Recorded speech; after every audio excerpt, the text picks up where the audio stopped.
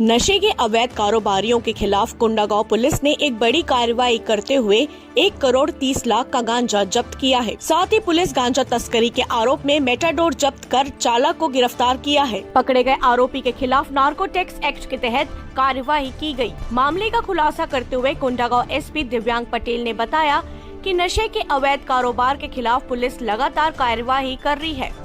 इसी कड़ी में मर्दापाल तिराहे पर बनाए चेक पोस्ट में मेटाडोर की चेकिंग की गई तो उसमें 290 पैकेट में गांजा बरामद हुआ।